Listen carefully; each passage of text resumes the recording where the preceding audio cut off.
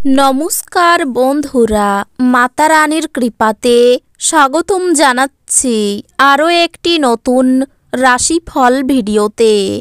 এই ভিডিওটি আপনাদের কুম্ভ রাশি জাতক জাতিকাদের জন্য অনেক অনেক গুরুত্বপূর্ণ হতে চলেছে।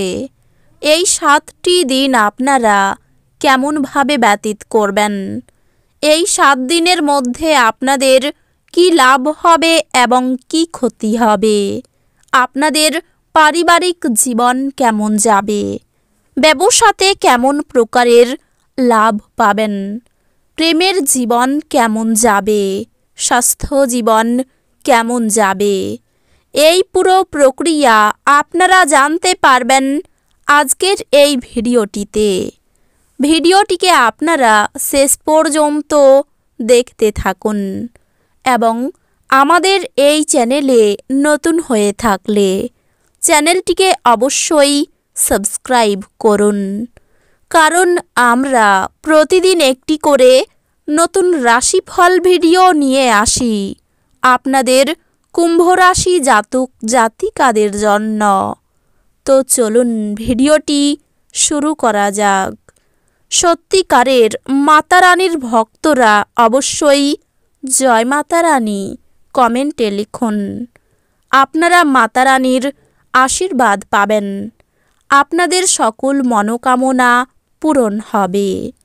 চন্দ্র রাশির সাথে সম্পর্কিত দেবগুরু বৃহস্পতি আপনার তৃতীয় ঘরে অবস্থান করার কারণে আপনি যদি অ্যাসিডিটি, বদহজম এবং বাতের মতো রোগে ভুগছিলেন, তবে এই 7 দিনের মধ্যে আপনি এই রোগগুলি থেকে কিছুটা মুক্তি পাওয়ার সম্ভাবনা রয়েছে। যাই হোক, এটি সত্ত্বেও আপনাকে সময়ে সময়ে সর্দি এবং কাশির মতো ছোটোখাটো সমস্যা থেকে নিজেকে রক্ষা করার পরামর্শ দেওয়া হচ্ছে। এই 7 দিনের মধ্যে আপনার আয় যত দ্রুত বাড়বে, তত দ্রুত আপনার হাত থেকে টাকা চলে যাবে বলে মনে হচ্ছে।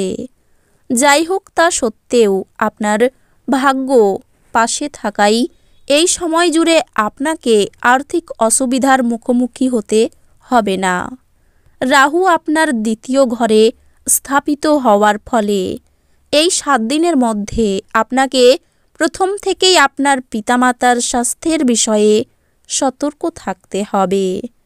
এজন্য তাদের সঙ্গে সময় কাটান, তাদের স্বাস্থ্যের যত্ন নিন এবং প্রয়োজনে ভালো ডাক্তারের কাছে নিয়ে যান চেকআপের জন্য। এই 7 দিনের মধ্যে আপনি আপনার পূর্বে অমীমাংসিত কাজগুলি অসময় মতো সম্পন্ন করতে সফল হবেন, যার কারণে এই রাশির জাতকদের এই সময়ের মধ্যে কর্মক্ষেত্রে পদোন্নতি, বেতন বৃদ্ধি এবং উচ্চ পদ পাওয়ার সম্ভাবনা রয়েছে। যারা উচ্চশিক্ষার জন্য প্রস্তুতি নিচ্ছেন, তাদের জন্য এই 7টি দিন ভালো যাবে। বিশেষ করে এই 7 দিনের শুরুতে আপনাকে কঠোর পরিশ্রম করতে হবে, কিন্তু এরপরে আপনি কম পরিশ্রম করেও বেশি নম্বর পেতে সক্ষম হবেন। আপনারা ঘরে সুখ শান্তির জন্য শনিবারের দিন শনি গ্রহের জন্য যজ্ঞ করুন। এতে আপনাদের ঘরে সুখ শান্তি সর্বদাই বজায় থাকবে। প্রেমের লোকেরা এই সময়ে তাদের সঙ্গীকে খুশি করতে সম্পূর্ণরূপে ব্যর্থ হবে, কারণ এমন সম্ভাবনা রয়েছে যে আপনি যে নতুন এবং সৃজনশীল উপায়ে আপনার এবং আপনার প্রিয়জনের মধ্যে চলমান বিরোধের সমাধান করার চেষ্টা করছেন, তা উন্নতির পরিবর্তে পরিস্থিতিকে আরও খারাপ করে তুলতে পারে। এতে আপনার মানসিক চাপ বাড়বে। আপনি মনে করতে পারেন যে আপনার বৈবাহিক সম্পর্কের সুতো কাঁচা এবং আপনি আপনার মনের মধ্যে চলা এই বিপরীত পরিস্থিতিগুলি আপনার পরিবারের যে কোনো সদস্যের সাথে ভাগ করে নিতে পারেন। তবে আপনাকে বুঝতে হবে যে আপনি আপনার বিবাহিত জীবন সম্পর্কে অন্যদের বলে নিজেকে সান্ত্বনা দিতে পারেন, তবে এটি আপনার সঙ্গীকে আপনার থেকে দূরে সরিয়ে দিতে পারে। এই 7 দিনের প্রথম দিকে কোনো নতুন কাজের সন্ধান করতে হতে পারে। সঞ্চয়ে ঘাটতি নিয়ে স্ত্রীর সঙ্গে অশান্তি হতে পারে। প্রতিবাদী মনোভাবে সমাজে সম্মান বৃদ্ধি পেতে পারে। সন্তানদের সঙ্গে সম্পর্ক ভালো থাকবে। এই 7 দিনের মধ্যভাগে বাইরের লোকের সঙ্গে বিবাদ নিয়ে দুশ্চিন্তা, স্ত্রী ও সন্তানের নিয়ে ভ্রমণে আনন্দ লাভ, পূজাপাঠের জন্য খরচ বৃদ্ধি পেতে পারে। গুরুজনের সঙ্গে সামান্য কারণে অশান্তির জন্য মনোকষ্ট, ভাই বা বোনের চিকিৎসার জন্য খরচ বাড়তে পারে। অর্থভাগ্য খুব ভালো থাকবে না। পরিবারে সকলের সঙ্গে সদ্ভাব বজায় থাকবে।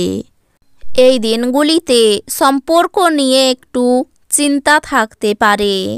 পেশার জন্য খুব দূরে যেতে হওয়াই কষ্টভোগ।